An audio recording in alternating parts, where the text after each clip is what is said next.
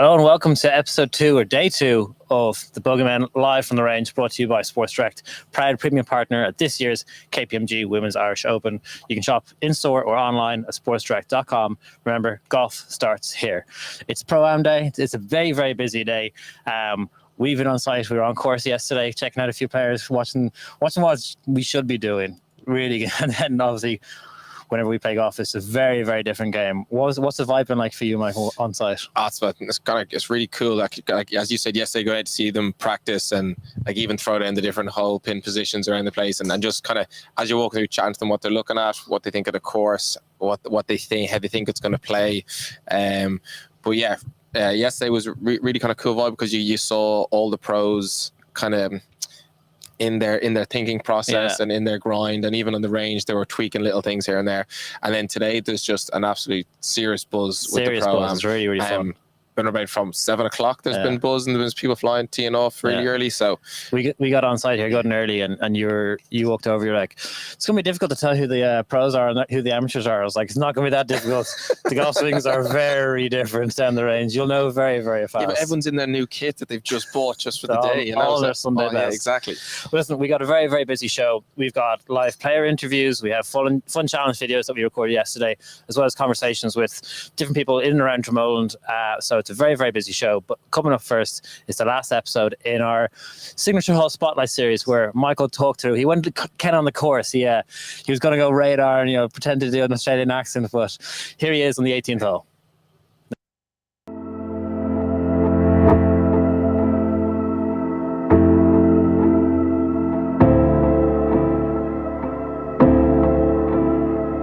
'18th hole, finishing hole, very, very tricky. Going to be really interesting during the tournament how they're going to play it. Very long par 5, tee shot way back over the marsh. How much you cut off the corner could leave you in a lot of trouble. Trees all along the left-hand side. Definitely going to be, I think, a 3-shot hole in the tournament. Good tee shot, decent approach, and into a little green then with bunkers around the left, and then the marshy water all around your right with a lot of contours there in the green. Even standing here now, they've got the tented village in behind it, a grandstand then back at the green. So really nice finishing hole. Birdie opportunities, but you're gonna have to play about 4 really, really good shots to get that birdie.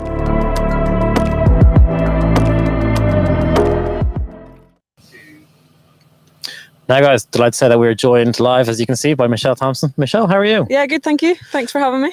It's been a hectic enough journey. You only got here very early yesterday morning, but your journey to Dromoland was less than straightforward. Yeah, a little bit hectic. Obviously, everyone's been bothered by a few flight cancellations, and instead of flying, we ended up driving. So we didn't get here until 6:15 yesterday into the hotel, and got to reception, and the guy was like, "Oh, breakfast is from 7 till 10, but by looking at you, I don't think you're going to make that." I said, "No, 100% will not be there." So where's home that you also got a ferry across from Scotland over to Belfast, was it? Yeah, so obviously I'm originally from Aberdeen, so I got the train down to Edinburgh, went to Edinburgh airport, flight got cancelled. So luckily one of the other players, Becky Morgan, had her car, so we just last minute decided to take the ferry over, and then drove down. How long a journey was that? Sorry.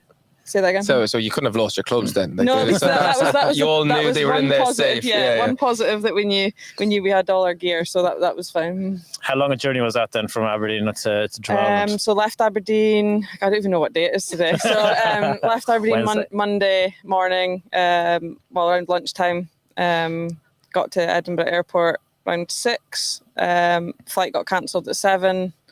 Ferry across at 12 at night, midnight.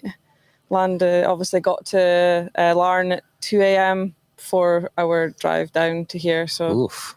Yeah. So you're well rested, is what I'm hearing. Yeah. No, I didn't struggle to sleep last night. That was for sure. So you did play a practice round there yesterday. Was it 9 or 18? Yeah, just played 9 yesterday. How is it? You played front 9, back 9? Played front 9 actually. Lovely. Course is in great nick. Obviously a little bit softer from last year. Playing a little bit longer.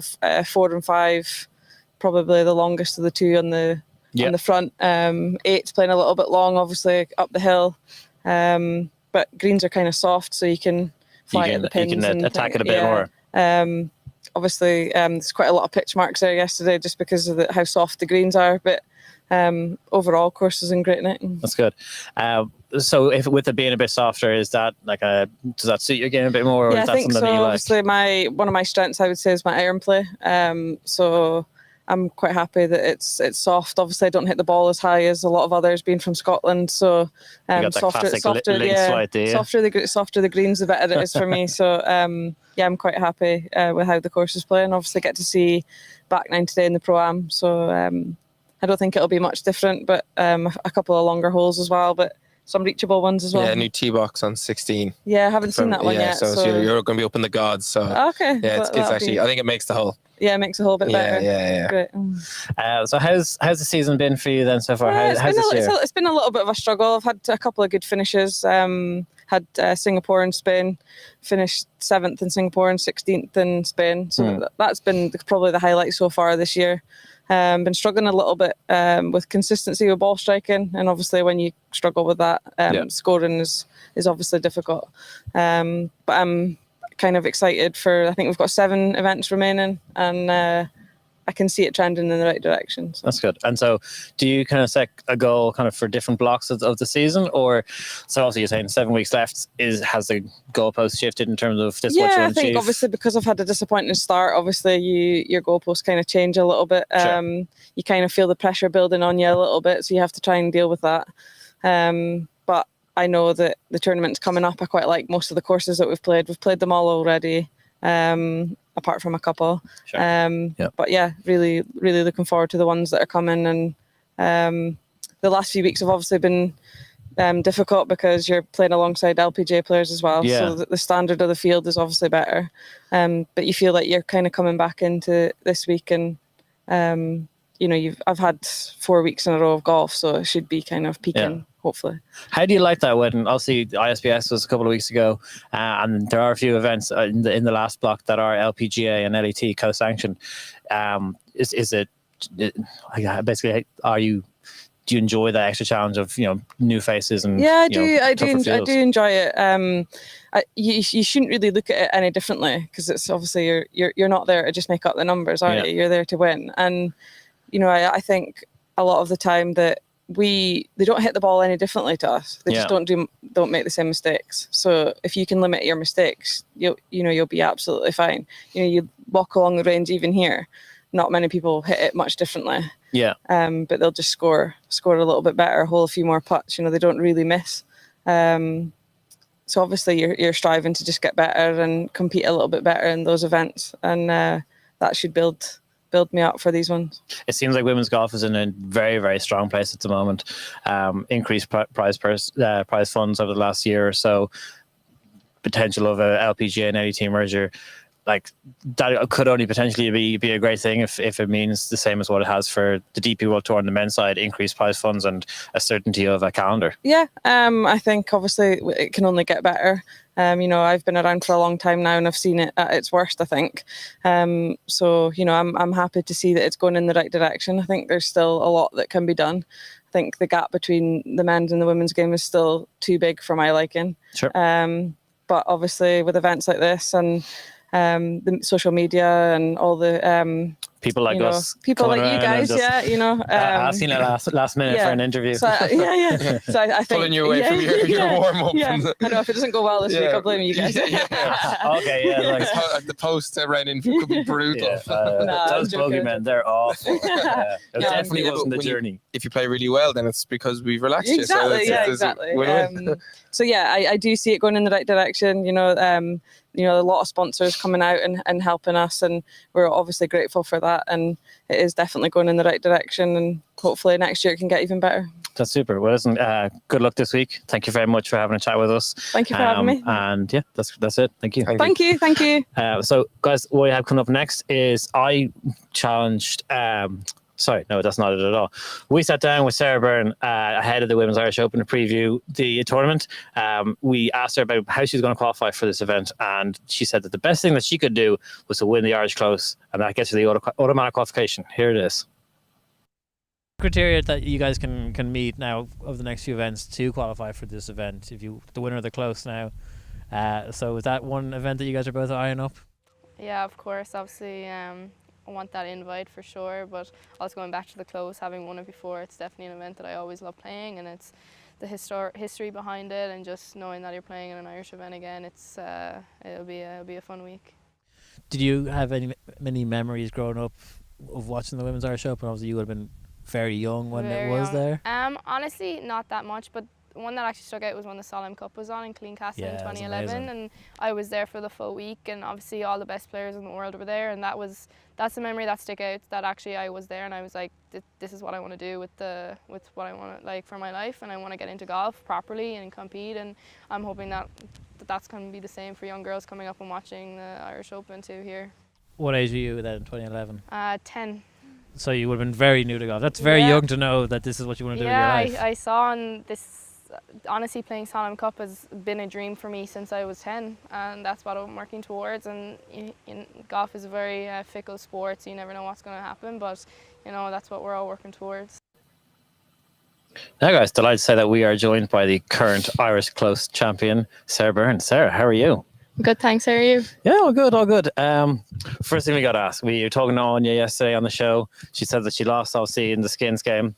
Mm-hmm. Did she redeem herself in the 9-hole match yesterday? No, unfortunately not. Beth did come on top of me and Anya yesterday, so some good golf. Typical. We had 2 of the 3 people on the live shows, and the one person that we didn't have won everything. Yeah, pretty much. Yeah.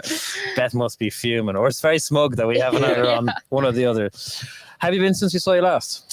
Been pretty good, been pretty busy. You have? It's been a good summer, so I've been thoroughly enjoying it. So I guess the clip that we just watched was when we asked you, just over there actually, what was the best thing? When you threw her on the bus of it and decided to really ask her a tough question. Yeah, what's the best thing that you could do to qualify for this week? And you said, like, if I won the Arch Close, that'd be me signed and sealed, and the next week you just went out and did it. Yeah, how was Connemara? Connemara was honestly probably one of the best experiences. Even like compared to winning it the first time, winning it the second time was so much better. Honestly, the feeling of it, just because the standard of golf was a lot better. Like the golf I played compared to the one 5 years ago was like totally different. In what way? Just like thinking back, I have no idea how I won it in 2018. Okay. Looking back, because compared to like the ball striking, the putting, everything was just so much better this year. Okay. Compared to it. So it's just in that sense, that just kind of shows what the standard of women's golf is just going up as well, It also shows the standard in your golf that you're looking back going, geez, I really wasn't that great. So, and you keep that going where hopefully in 2 years time you look back going, be like, geez, I can't believe I was playing like that, because now I'm hopefully really ahead. But Connemara was just honestly great. Like it was just kind of fun as well. I kind of went out there knowing that I could win if I just trusted my game, and you never know what happens at match play. But obviously getting leading qualifier as well going into the week, I was a little bit. Leading qualifiers curse is definitely a thing, so I definitely I wasn't quite liking that, but no, but again, it was just a fun week. I want to just enjoy every minute of it, and I did so. And obviously coming back with the trophy made it just a little bit more special. And we were actually very surprised. We were talking, you didn't seem to celebrate it that much. So the next morning you were in the gym. Yeah. Like I say we'd still be in the bar. Because we were saying, the people in Douglas must have been devastated. They were waiting for an all-nighter. No, to be fair, we had a great celebration up in Douglas Golf Club, but the club was closing, so we did have to get swiftly out. But yeah, even the reception back, like literally, I think every single member up in Douglas Golf Club was there that evening. And I think that's great. We had an absolutely fantastic night. So yeah, but then straight back to the grind. So it was. Well, yeah, you talk about the grind, but like the good results didn't stop there. You went off, you played a couple of LET Access events, and 2 top 10 finishes in both of them. Like that's seriously good going. Yeah, no, I was like I was just really happy with my game at the time. Like I was really confident going into them, and again, I just wasn't with that. I didn't put any expectation on myself, especially with the LET Access ones, because that was the first ever pro events that I ever played in. So I really just went in there, and I say I was annoying every single pro there. So sorry to them, but I was asking them literally a million different questions. They were like, get this girl away from me. But no, it was honestly was just really good experience. I learned a lot, and I learned a lot for next year for when I'm hoping to go pro or not, or maybe we'll see. But is that exclusive? Yeah. is that a live exclusive there, is it? No, but sure, look, you never know how golf is. It's very fickle, but I kind of went there, and obviously playing well, I was able to just go out there and enjoy it, and that's kind of the main thing. I've been kind of just trying to be relaxed on the golf course and kind of just trust myself, my game, and know where my mental side is at and kind of what makes it good and bad. So yeah, no, those were pretty fun weeks. What were some of the things you learned from those events? Just like for like when you're playing Q school, it's better to play Q school as an amateur, not a pro. Why is that? Because they let amateurs in, but there's only a certain amount of pros that can play or something like that. Like a lot of them actually weren't getting into Q school as a professional. So would it be easier to enter it as an amateur, get to a certain point, and then make the decision if you qualify, turn pro off the back of it? Yeah, exactly. And just like learning that, like if you're traveling with a few people, you can request to have like similar tea times. So like when if you're staying in a house and sharing a car and stuff like that, it's just kind of like learning the ins and outs of it. Little logistical things that make life a little bit easier. Exactly. Yeah, that was pretty much it. And just like learning how the life is and like the different standards of golf courses, if this was the standard, if it's not, and kind of like that. So there was just a lot of information learned and a lot of good information. It's a lot of notes written down. Loads of scraps all across the place. Yeah. So how's the prep been for this week? I know you've played here a couple of times now since you played the practice rounds, obviously. Yeah. How's it been? It's been good. Like I think the first 2 or 3 times, maybe the first 1 or 2 times I played it, I kind of was a bit uncomfortable with the golf course, just in the fact that it kind of plays very different to a lot of golf courses I've played. Just in fact, it's a lot longer, and just like the slopes on the fairways, the greens being elevated, and especially the first like 4 or 5 holes, they're definitely not easy opening holes. No. So I think that's a little bit different as well, knowing that you're going to be put under the pressure like as soon as you stand in the first tee, because even the first tee shot's kind of difficult as well. So I think, but the more I played it, I got a lot more comfortable with the golf course this week. So I think that's a major positive. Like I played it about 5 times now, so I think that's probably the most prep I've ever done for a tournament before. Oh, wow. So definitely got a lot more comfortable with the golf course, feeling a lot more confident coming into it. So you've got that low target, do you? Hopefully, but you never know. So what's today look like for you? You're not playing the pro am, so it's just practice. Yeah, practice. I changed golf clubs just coming into the week, and I just changed back. So today is going to be just kind of getting used to that again, and just feeling that back out again. But even I just hit about 20 golf balls there, and it feels already so much better. So what were you not getting out of the new golf clubs that you wanted? Just like the strikes with the irons. I changed shafts in my irons. I made them a little bit heavier, and I feel like the gut strike with them is so much better, but it's just the inconsistency with them. It just needs a little bit more time to implement. So I just decided that this was definitely not the week. So go back to what you were used to. Back to what I used to. And I said, look, my irons are probably the best part of my game, so don't change what's not broken. So I'm just that's my motto this week, and just kind of go out there with the same kind of confidence that I had before coming into the week with the different irons. So yeah.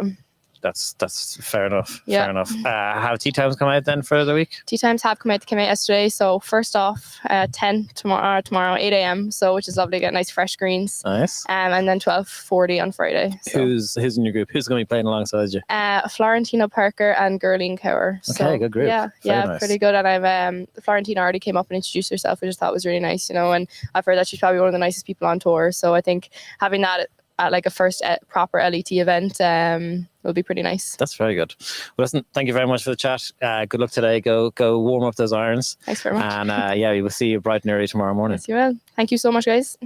Cheers. So coming up now is the first of our chip-off challenge videos. Laura Beveridge took on Ursula Vikstrom in this very new game that we've been playing now with Sports Direct. So check it out. Hey guys, welcome to the chip-off. This is the third in our series of challenge matches. I'm joined by Laura and Ursula. Guys, how are you? Ursula, how's this week been for you so far? Oh, I just got pulled off to doing this, and I have no idea what is happening today, but it's going to be really exciting. Well, you didn't want to practice. You saw what you had in front of you. You were like, no, like the professional I am, I don't need to warm up. Nah, not at all.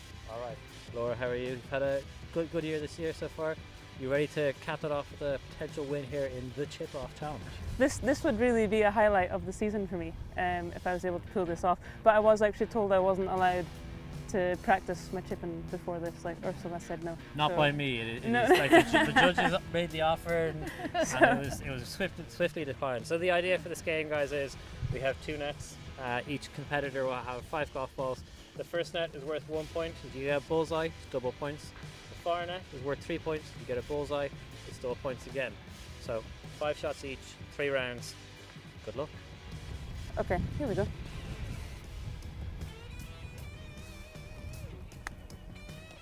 Oh See that? Did you get a slow-mo? Are you going to get a slow-mo with that one? Have you got the slow-mo camera? Add into my workload here. Add into my workload. Okay, so we got the distance. That was good. Yeah.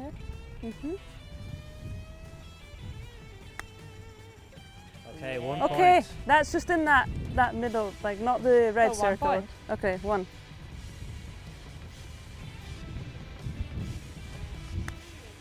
Yes! 2 points. That was You're nice. so happy for me, I can tell. Thanks, course I am. Sinsky. 3 points through 3 shots. I got really excited there. I don't know what like But now you standard. can create the one Yeah, spot yeah, already, yeah, so let's go for the second one. Do you think I should?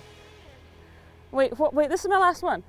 You got 2 No, shots I've got left. 2. You got 5, I'm boss. glad Can that you I count? can count. I got so excited by the middle one. Counting's You know- a pretty big part of golf, isn't it? Yeah. Counting shots and stuff I mean, like that. That's what the caddy's for. what the caddy's for. Okay, okay. I'm maybe going to go for the further one. I'm feeling confident now. Very good. Another It 3 bouncing. points. Does it It count? bounces, does it go? Bounces It are counts fine. as if it bounces. Okay. 6 points now. Last shot. Oh, well, we excelled ourselves with that God. one. Okay, I'll start with the first one as well. Okay, sure. Ooh, this is exciting.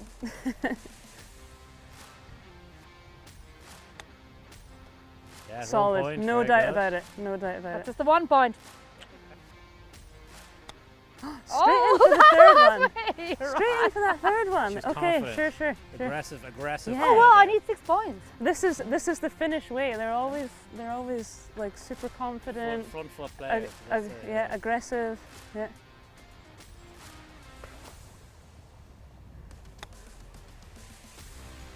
Oh! What happened there? Oh my. Oh Very yes, good, 3 that's a goodie. points. That's a goodie. Well done. 4 So now I points really there. have the 3 points. I Yeah, have to get it. 3 points. I have to get it. So you're on 4 total, right? Got Is 4 your total. Final shot? Is it? This is the final. Yeah.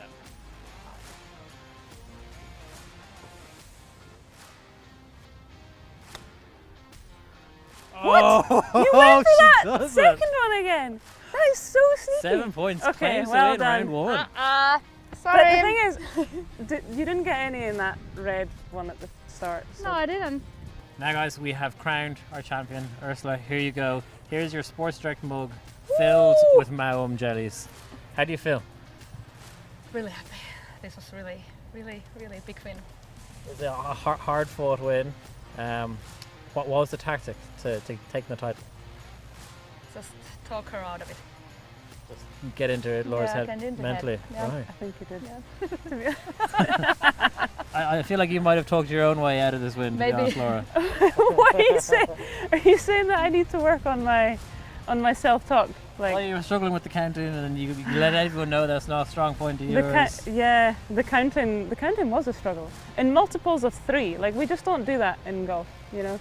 No, but in amateur golf you do. Okay. You hit one in the hazard, you drop, you're taking 3. You hit 3 one in the to hazard there. again. Welcome to our world. 3 putts, all these things. That's it, okay, yeah. sure, yeah. Well, listen, congratulations. Thank you very much. Commiserations. Cool.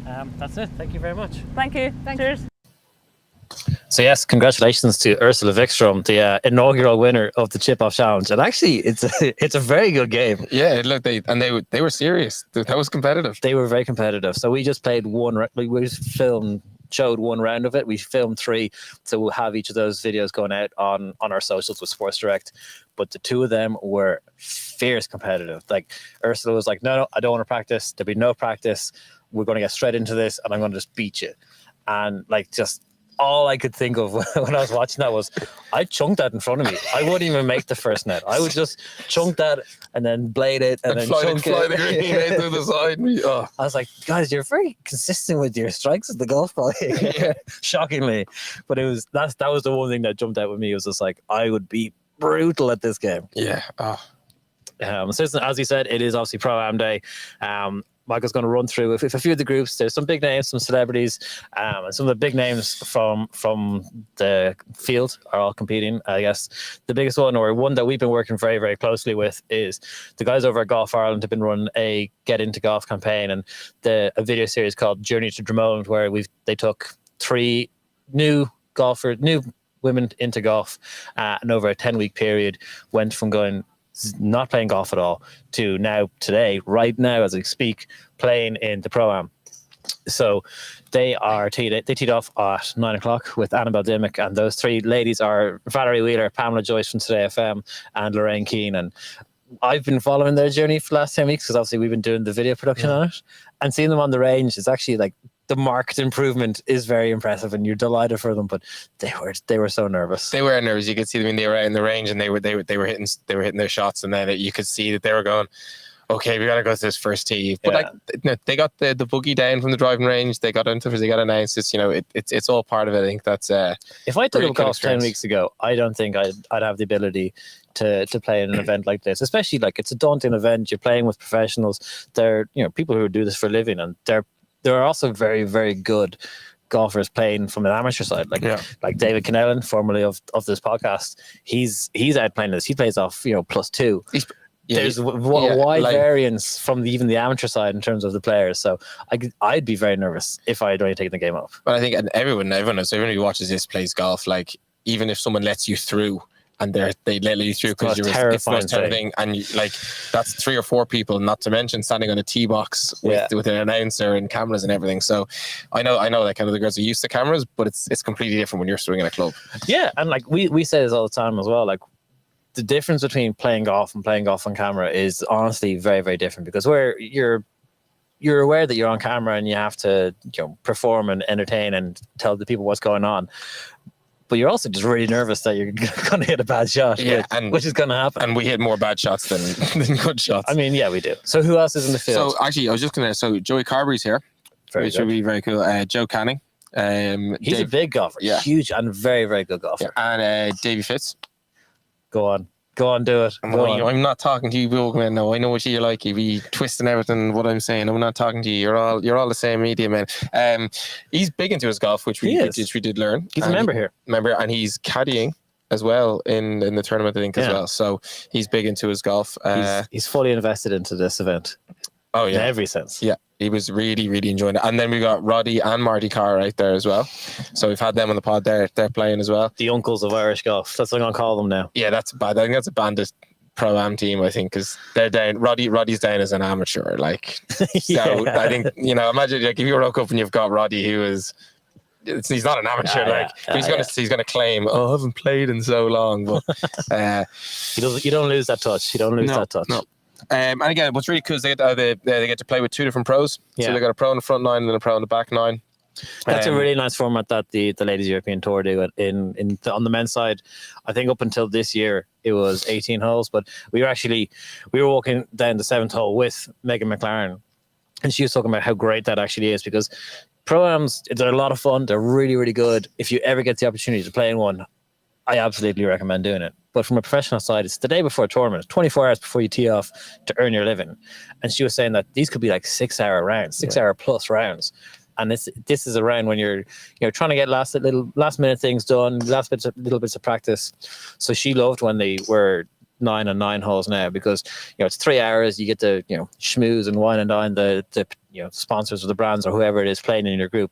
But then you still have the rest of your day to practice and warm up and go through your process and get ready for the day. Whereas when it was a 6-hour round and you're doing the full 18, you kind of lost that opportunity, which is interesting. I think from an amateur point of view, you're getting 2 pros. You're getting 2 instead of 1. So I think that's that. Now, maybe with us when we've done it, I think it's like, 2 pros get to see we're useless. But you get to have the chats with 2 different pros. I think that's an experience in itself. And you get to see them really up close, and actually you can they're very, very good. They can chat about their process, whatever they're doing and stuff. So I think from my side, I obviously played in this exact Pro-Am last year, and played with Christina Napliova and played with Laura Beveridge, both of whom now are good friends of ours and good friends of the podcast. Obviously, you watched the video with Laura. Christina just won a couple of weeks ago on the Ladies European Tour for the first time. And you build a relationship with them. You send them a message on Instagram and they respond and they're delighted, they remember you. And that's a really nice fan experience where if you're only playing with 1 pro for 18 holes, I'm sure you'd you'd have that relationship, but only with one player rather than with two, which is nice. It's more familiar faces when you go to these events. Yeah. But like again, there's such a good buzz around here. Like even like we're at the driving range and people come getting the warm up and then shooting straight down to the first tee, and even on the first tee, it's like an idiot festival down there. Yeah. Listen, yesterday we had the chance, as we mentioned, to sit down with multiple winner on the Ladies European Tour, Meghan MacLaren. We spoke to her about how her season's been this year so far, the ups and downs, as well as this year's Solheim Cup team was just announced, and how that's a motivating factor for her and what she wants to do. And a little bit of Newcastle United as well. Yeah, here's that. Here's that chat now. Hey guys, I'm delighted to say that we're joined by multiple winner on the Ladies European Tour, Meghan MacLaren. Meghan, how are you? I'm good. Thank you for having me, guys. So it's a big week here at Irish Open.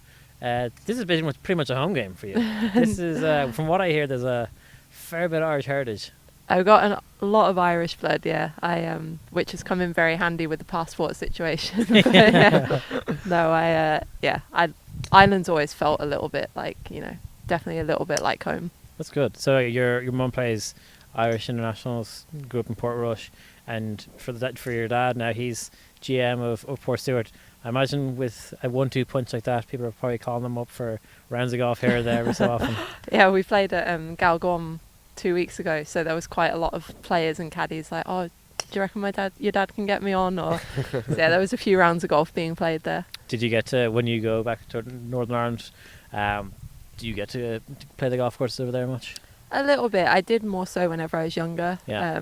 Obviously, since I turned pro, it's hard to find any free time. Yeah, but when my mum and dad moved back over here, I think we went over in like March maybe this year, and we were like, okay, we have to have a game at Port Stewart because we're there. And honest to God, I could barely stand up on the first tee. It was so windy. And it's like, it has its pluses and its minuses, links golf. I can imagine.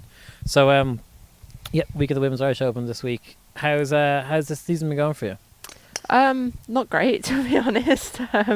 It's been a bit of a rough year, but I've worked really hard on a few things, and I feel, it's maybe a bit cliche, but I feel really good about a lot of the stuff that I'm doing. It's just kind of waiting for it all to come together in a tournament. But there's been some good signs lately, and it's kind of a bit of a long-term process. So it's one of those. A couple of close calls though at the same time. What are 2 playoffs this year that didn't last year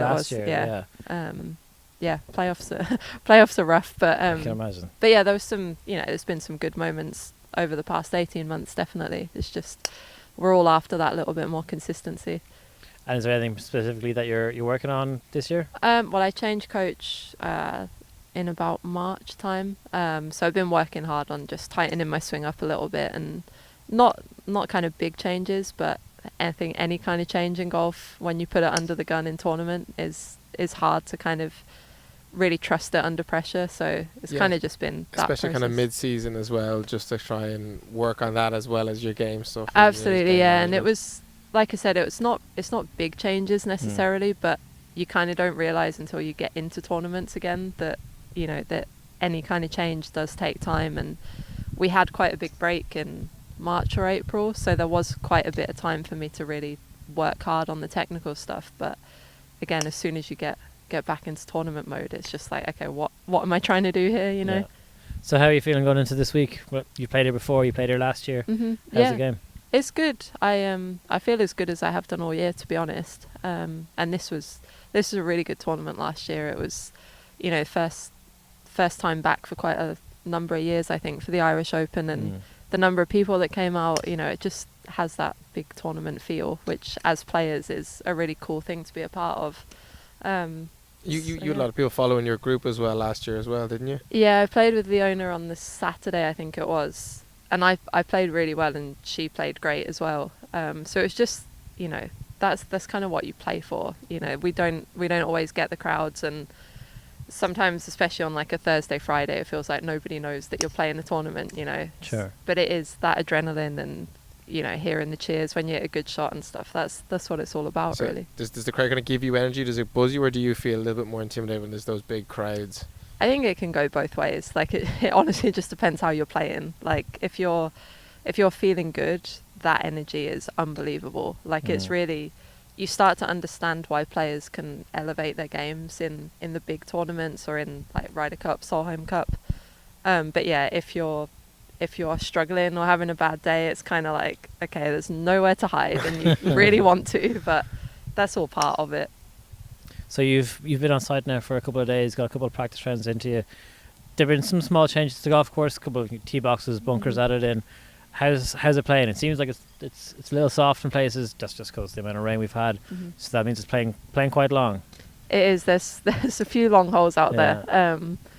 You know, maybe we'll get a few tees knocked forward a little bit come tournament, but I think the thing I found here last year as well is it has such a good mix of holes that, yeah, you might have a couple of holes where you're coming in with rescue or 4-iron, but then you've got a reachable par 5 or you've got a reachable par 4, and I think that balance makes for quite an exciting tournament. The feedback that we've been getting from a number of players is the opening stretch of like 1 to 5 is quite tough, but then after there there are scoreable opportunities. Would you kind of subscribe to that, or what do you think? Yeah, I think that's bang on really. First is quite a tough hole, and then you've got, I think it's 4 and 5 are back to back quite long holes, and they've been playing into the wind the last couple of days, so you've just, there's definitely holes where it's like, okay, par is a good score, and then you try and take your chances when they kind of come up a bit later in the round. What would those holes be when you're trying to take those chances? I think 6 is reachable par 5 if you get a good drive, and then that kind of end stretch, I think 15, 16 and 18 are kind of, you know, it depends how the conditions make it play, but there's definitely a few out there with the par 5s. How aggressive are you going to be on 18 in terms of taking on that water on the right? That's the question, big question. I hit a lot of balls into that water. That's not really what I want to hear right now. I lay a massive slice. That's my problem. So. He's an 18 handicap. Don't take any advice from him. 17 point what? 5. So 18. Don't take any advice from him. Yeah, it all just depends on the day, honestly. Like, depends on the tee shot you hit, and I think they changed the tee a couple of times last year, so you just have to pay attention, and sometimes there's an opportunity there that you're not expecting, and you have to kind of stand up and hit the golf shot, which is how it should be, I think. And so you were saying that obviously on Saturday last year you played very well. You put yourself into the mix in terms of one of the groups, one of the players to look out for. Obviously that's where you want to be again, but what's that like on a Sunday, coming into contention? Obviously you haven't gotten across the line a number of times. Having that feeling, like, for those of us that just will never know that feeling, explain it for us. It's strange because I think when you're in it, you know, you're nervous, and there might be, fear's not the right word, but there's definitely like an apprehension sometimes of, you know, am I going to play well? Because at the end of the day, you can have the right mindset, the right attitude and stuff, but if your game's just not quite there, that's when it's a difficult position to be in. Sure. But you know, the majority of the time, if you've got yourself into contention, then you're doing something right. But I think for me, especially last year, because I was very up and down last year, so when I got into those moments of being into contention, it was kind of a little bit surreal, because, you know, 1 week you're struggling, and the next week you're like, I don't really know what's different, but all of a sudden I've got a chance. It feels easier. Yeah, I've got a chance to win a tournament. And again, at the end of the day, that's what you play for. Like, it's hard, like, you know, especially last 9 holes in a situation like that. You can kind of see it, you know, you're close enough to know what it feels like, but one mistake here or there can be the difference between winning and losing. And losing in playoffs is like one of the hardest feelings that I've experienced, but at the same time I would swap what's happened this year for one moment like that, you know. So I think they can be difficult to swallow sometimes when you get close to winning and you don't, but at the same time when you miss cuts, it's like you would kill for that feeling. So you've got to, I think sometimes you have to be in those moments to know that that's what you want. That makes sense. You're quite big on mindset. Like, I know you have kind of blogs and stuff. And is it something that you would work a lot on? Yeah, it is. I think I've been lucky early in my career when I've got into those moments. I feel comfortable, or comfortable is maybe not the right word, but I feel like I can handle them. You feel feeling uncomfortable. Exactly. In a weird way. That's exactly how the right way to describe it. And I think if you're not okay with that feeling, then you're doing, you shouldn't be playing professional sport. Like, it's supposed to be uncomfortable. And probably addicting. It's kind of addictive to try and get into that place. Because, when you can come 40th every week, or you can miss cuts by a couple of shots every week, and that's when there's no excitement there. Like, it's very hard to recreate that adrenaline that you get from being in contention, having a chance to win. That's the end of the day. That's what professional sport's about. And yeah, I think for me, I've had that feeling enough times to use that as motivation. So even this year, when things have been a bit more difficult, I know it's never that far away, and that's why on any given week things can change for you. You spoke about big moments. There's a very, very big tournament coming up, the Solheim Cup. Having spoken to players like Callan Headwell and Leona, a couple of players that are in the field here. How much is that an ambition for you as a player? There must be, obviously, as a European, there must be it. Yeah, it is. I think whenever I first turned pro, I remember watching whatever one that was and being like, that was the first time that it felt real, that it was like, okay, I've turned professional now. I know some of these players who are playing. Yeah. This is something that I can do, and it goes from when you're an amateur, it's like, okay, that's the pinnacle of the sport, but it feels very far away. Sure. And then as soon as I turned professional, I was like, okay, I want that really, really badly.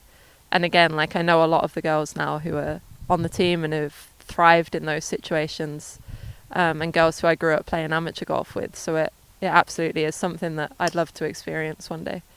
I say that all kind of adds into the motivation. Yeah, absolutely. I was, I think it was 2019. I wasn't a million miles away from that team, and had a couple of chats with Katrina Matthew that year, and kind of got to try on some of the uniform and stuff. And again, I ended up, I think, a long way away from making the team. Okay. But there was like little moments throughout the year where it was a real possibility, and just even getting that tiny taste of it is like, okay, that's what it's all about. Is that bittersweet? A little bit, but the year kind of, it faded quite badly for me, kind of like in, I guess, May time. So the stretch right before it really mattered. So I knew I was quite a long way outside it. Sure. But I think the first couple of months of that year, it was like, okay, people are asking me about it. People are mentioning it in interviews. Like, it can come along quite quickly whenever your game just clicks at the right time. Yeah. You had one last thing. Well, as our resident football fan, the fact you're wearing black and white, and the fact it's in your Instagram bio, you must be delighted that Newcastle are in the Champions League. And it must have been gutting, though, losing to Liverpool last I know, Saturday. yeah. It's not the best time to ask me about it, because I was at the match at the weekend. Oh, were you? Yeah, I was. Do you know what I found watching it? I feel it's going to be one of those games that are showed on Sky in 20 years. Where were you when exactly that just happened? like Kevin Keegan slumped over the advertising boards. It's it's we will love it. It's going to be one of those. It's funny because it's like last season was like just the most surreal experience being a Newcastle fan, because the last one was 97 when they were challenging United. Really, is when they which I was too young to sort of know what was happening then, but my like memory growing up was Bobby Robson in charge, so like Champions League nights, and to have that back again is after what it's been like the last 10 years. And are you a big Eddie Howe fan? Yeah, I love him. Have you listened to his podcast on the mental side of the game, the performance the stuff? one with Jake Humphrey. Yeah. Honestly, I like. Okay, well, I'm like geeking out quite a lot now, but I like listen to his like interviews midweek and stuff. Yeah. And I actually think it's fascinating as like a professional athlete listening to how he approaches things, because all of the things that I would like my mindset to be, he seems to just have ingrained in himself and in, what he's obviously trying to implement in the football team. So it is really interesting listening to him and his kind of, just his attitude really, just like how you bounce back from kind of defeats or from low points and not letting the emotions kind of cloud what you do next. Okay, so where are Newcastle going to finish? Oof, in the league. Early to be saying that. Early. Yeah. I think we'll get fourth again. Fourth again. Yeah. And will we pick up a trophy? Or go far in the Champions League? Which would you rather? Would you rather them to win a Carling Cup and FA Cup or go far in the Champions League? I went to the cup final last season as well, and you can't ask me questions like that. No comment. Not on a Tuesday. Ask her anything about golf. It doesn't matter, exactly. but just don't pull on the heartstrings in football. It's too much. Fair enough. Well, we'll come back to you for an answer then later on the season. Yeah, we'll get you back on with Newcastle. Yeah. If Newcastle if we win, beat Brighton at the weekend, you can ask me again. Yeah, fair. you can be our football correspondent for Newcastle if right, any of the big results happen. I'm in for that. Sounds good. Listen, thank you so much for the chat. We appreciate it, and good luck this week. Thanks very much, guys. Thank Appreciate it.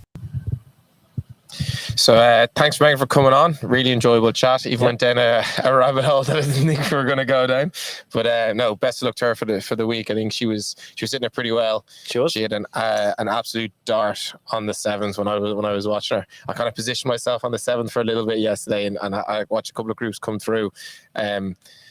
I think that's going to be a really interesting hole this week. Yeah, it'll be great. I think the seventh will be brilliant. Obviously, we did the signature hole spotlight yesterday, and so it's a hole that's going to be important to this tournament. But just a quick reminder to you guys that Live from the Range is brought to you in partnership with Sports Direct, proud premium partners at this year's KPMG Women's Irish Open, this week's KPMG Women's Irish Open.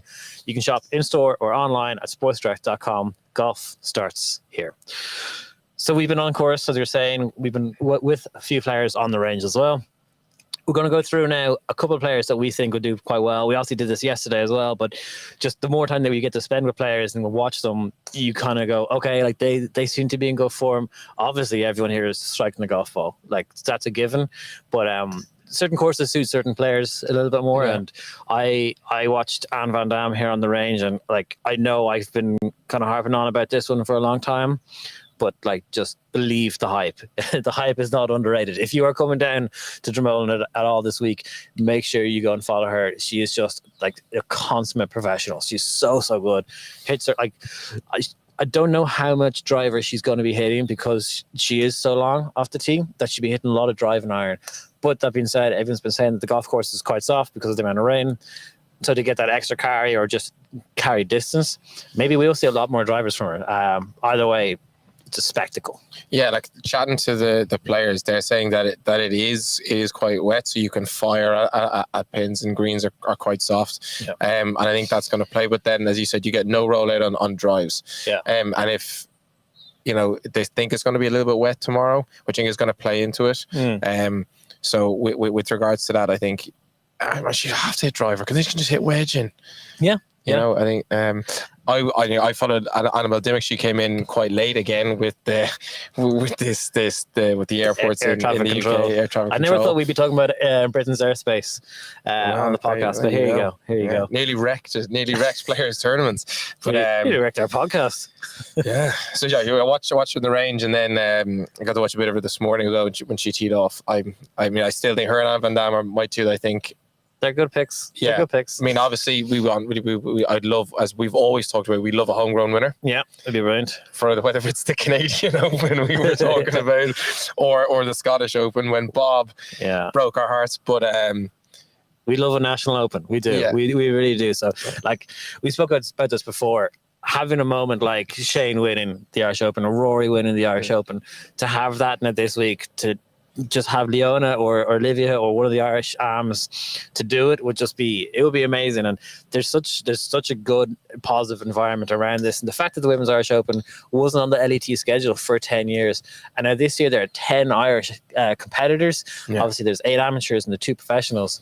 Like, it's a really, really good wealth of talent. And I was walking a couple of holes with Beth Coulter and Sarah yesterday and yesterday and the day before. We've been here for a few days, and I had to say she is just so impressive.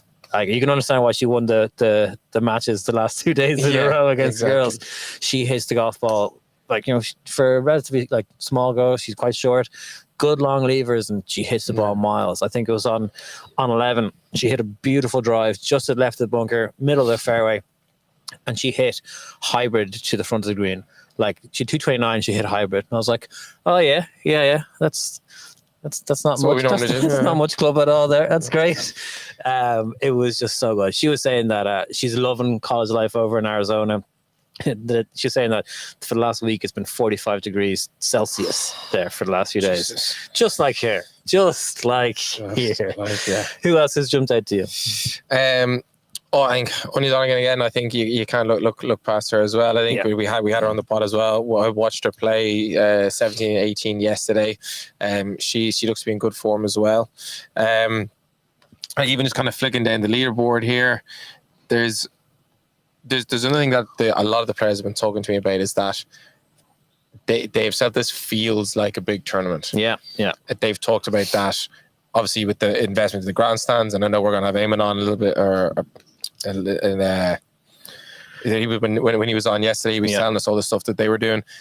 Like they said, it feels like a big event. Yeah. Like from little things, like we always talk about driving ranges, having grass, having decent driving range balls. These girls, when they get them, they're like, this feels like so. Yeah. The fact that I keep calling it the sixth major, I'm pushing that it's going to be the sixth major. A few people have said something similar, so you can call yourself a trendsetter for that.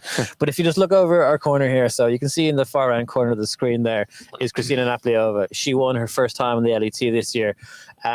This is a course that she likes. She's a good iron player, so that is a premium because the golf course is a little bit softer. The greens are very receptive, so if you're a good iron player, you'll be at a bit of an advantage here, I would say. And just left of her, just out of screen here, you guys can't quite see it. Well, you can just about see it in the corner there. Actually, is Pia Babnik.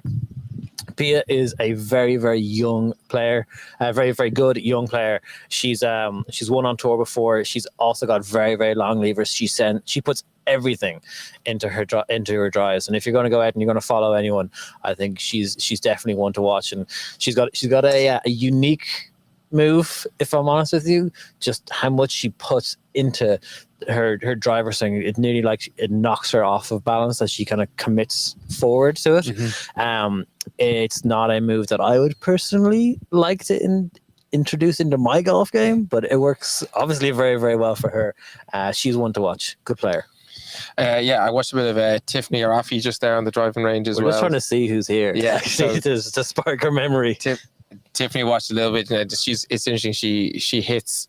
Her swing's kind of outside, then it comes beautifully back in on plane as well. So Swiss, I think she's won the Swiss Amateur a couple of times as well. So I'm looking forward to see how she gets on.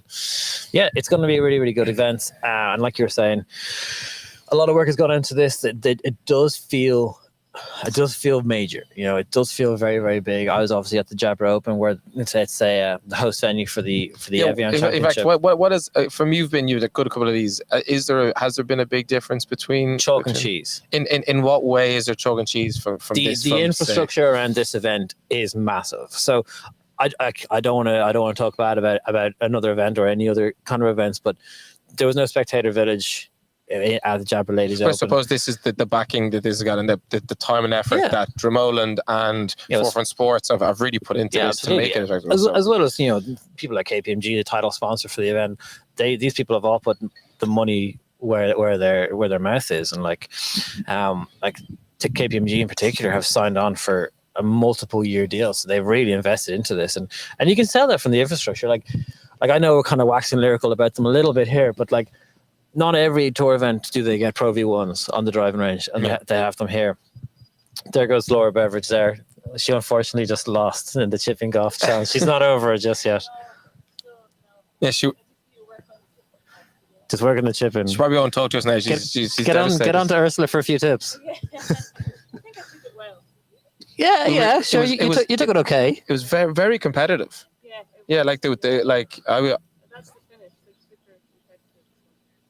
Yeah. I'm off to go trip now. Okay, go practice. No worries. But yeah, like I said, we were kind of waxing lyrical, but not every event has Pro V1s in the driving range, whereas here there are buckets and buckets of them. And that makes a big difference for the players. And again, the same thing, not every event are they off a grass driving range. And that's the investment that Dromoland have put in and KPMG have put into, like, having the Pro V1s here and having shuttle buses, getting people around the place, and a very, very significant spectator village at the heart of the action. Like, it's the spectator village last year was obviously on the far side of the property. It's right beside the 18th green. Right next to the 18th, exactly. And it's going to create such a fun atmosphere that this is a really, really good special event. And obviously we know the guys who are behind this and how much they've put into it. So we're almost invested at this point as well. But it's honestly just a really, really fun event. Yeah. And not every event has the Bogey Men live at the range. Like, you know what I mean? That could be a good thing. But yeah, it's just well worth coming out. And I guess there's no better man to talk to than Eamonn O'Donnell to talk about how much has gone into this event, not just from a course side and infrastructure side, but just over the last 2 years, and how much they put £2.5 million into the golf course, and it really, really shows. So here's that chat that we had with Eamonn O'Donnell a little bit earlier. I'm delighted to say that we are joined by Director of Golf here at Dromoland Castle, the man who's been making all of this happen, Eamonn O'Donnell. Eamonn, how are you? We wouldn't go that far, Johnny, but thank you very much for having us, and very welcome to the West of Ireland Dromoland Castle for what is going to be a spectacular week. You promised the weather, and so far I had to say you've been delivering. Fingers crossed. I think we're going to have a little bit of few little drops of moisture on Wednesday evening. After that, I think we're looking good for the week, and especially the weekend. I think it could be even shorts weather coming out there, so you can get the ankles out. We're all looking forward to seeing that. The joggers, get the joggers out. They're all in fashion. It's going to be entertainment alone, but no, thankfully Mother Nature is looking like she's going to play the game with us as well. And as I say, we're very much looking forward to showcasing Dromoland Castle, the West of Ireland, and Clare Tourism as well. So it's a massive week for all of us here. So people may not know exactly how much goes into the organisation or just the hosting of an event like this. 126 or so players in the field, plus caddies, plus obviously jokesters like us taking a few rooms.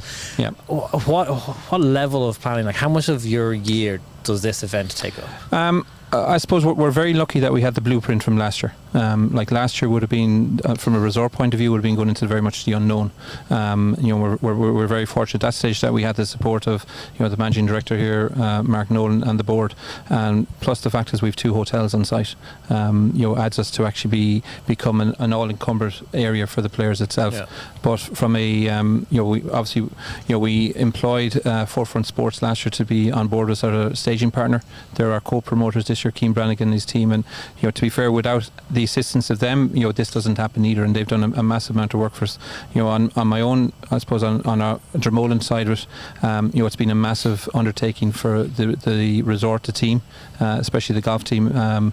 You're dealing with our day-to-day business has growing year on year, so we're very much kind of need to look after that, and then this has also been on the side of it. So I'm very fortunate. I have a superintendent, Paul Coleman, his team are work tirelessly at the moment. You saw them out there in dark this morning, and they were back out again in dark last night. I've Mark Rans, our golf manager, and Ian Carney, our pro, and my own team are they are fully engrossed with this event. There's a massive excitement throughout the resort in this, so it's we're very much looking forward to what the week brings. It's going to be we think it's going to be a glorious week, even better than what the sunshine we have here at the moment. Yeah, like we've been here a couple of times over kind of throughout the year. You can see the place just getting better and better, and little tweaks and changes to tee boxes and little things, and then the place. Even driving in around the place this morning, the place looks phenomenal.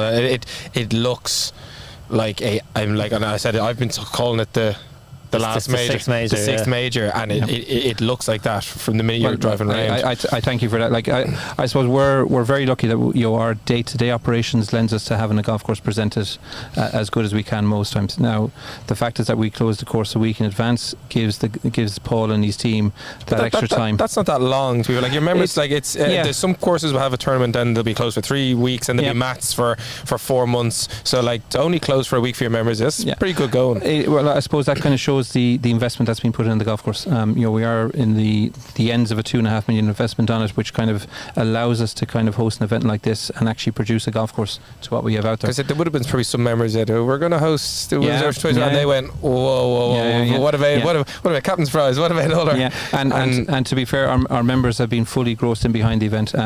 Yourself, without the team of Dromoland, but also the membership and the enthusiasm amongst our members has been incredible. A large majority of our members will be be volunteers this week, same as last year.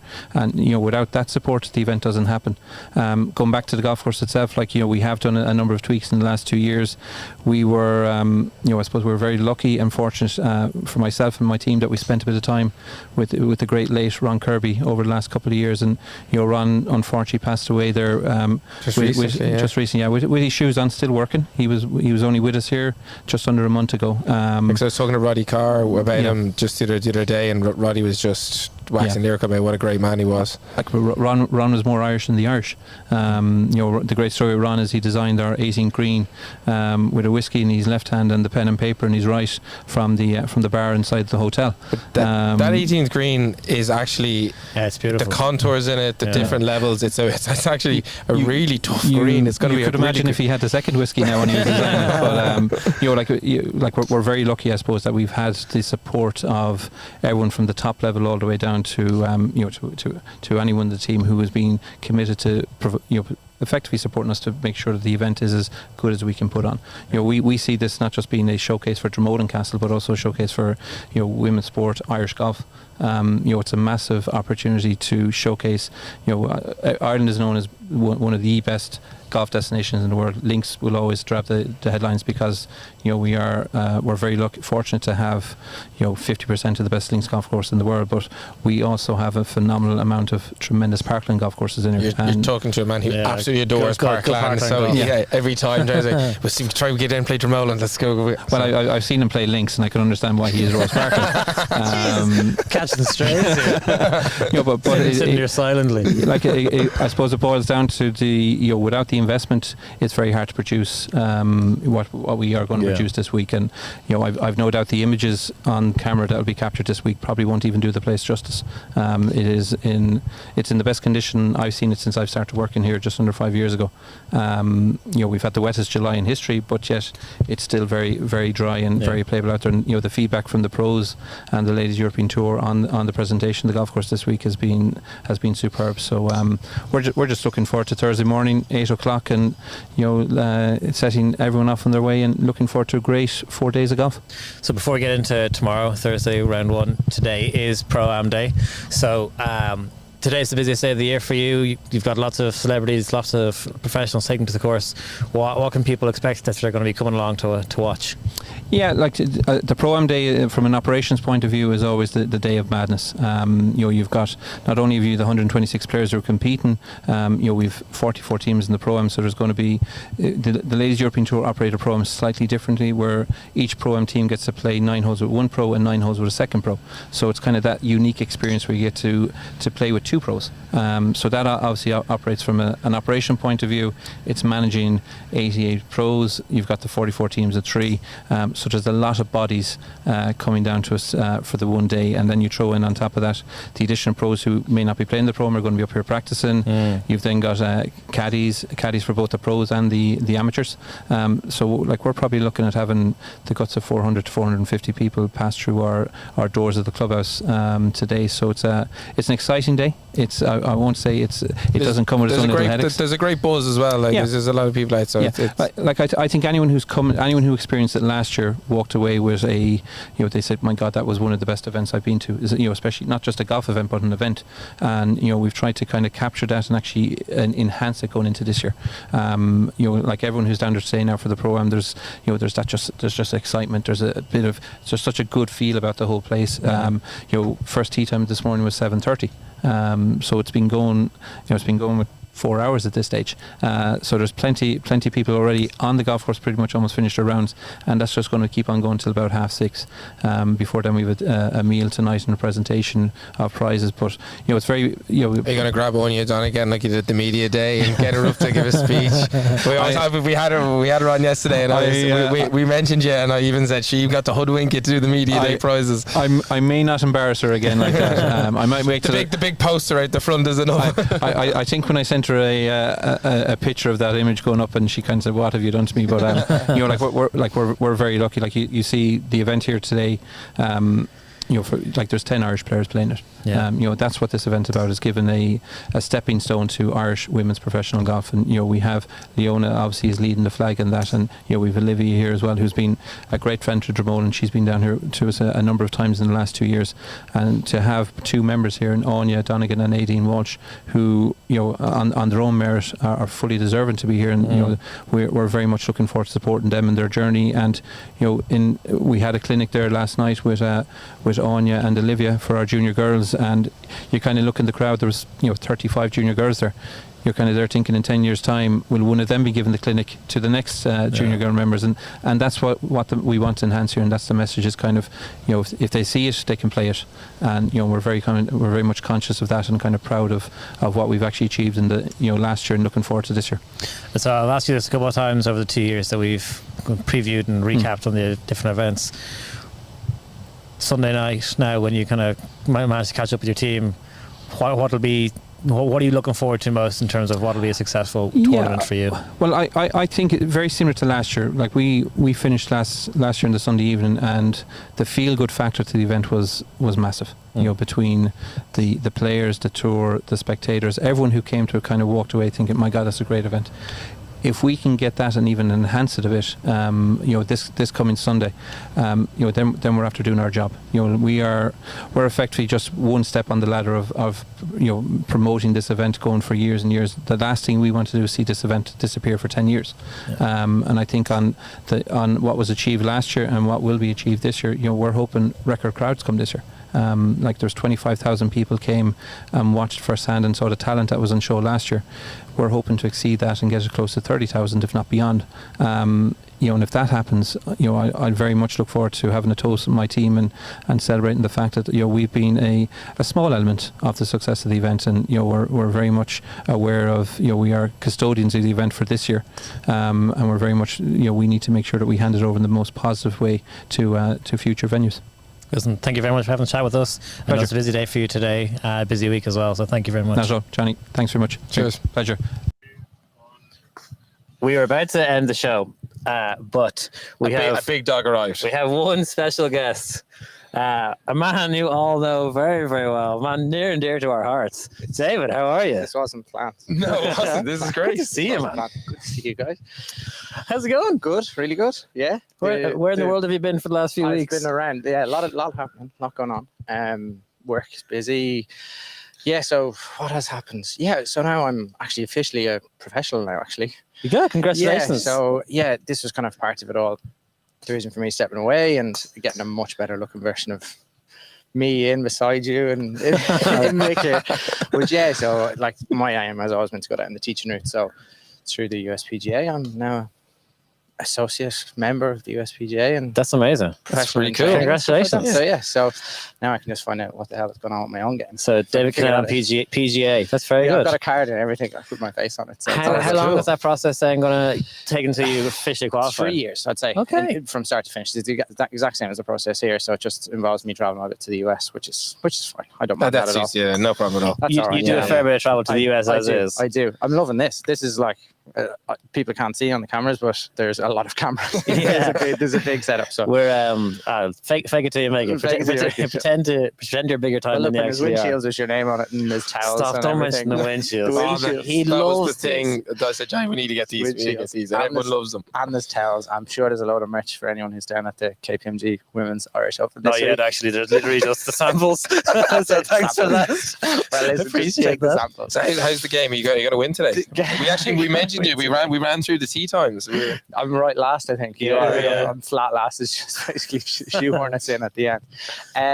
No, I'm just looking forward to it. You always get such. I think I was listening to you earlier on, and with the two, you get two pros obviously here, as you were saying, and it's just a nice insight. And last year we were with Johanna Gustafsson, and she was obviously doing really well on the LET and the race to Costa del Sol. So it just was interesting to see her. And it's late in the season, so she's really locking into making sure she can finish as high as possible.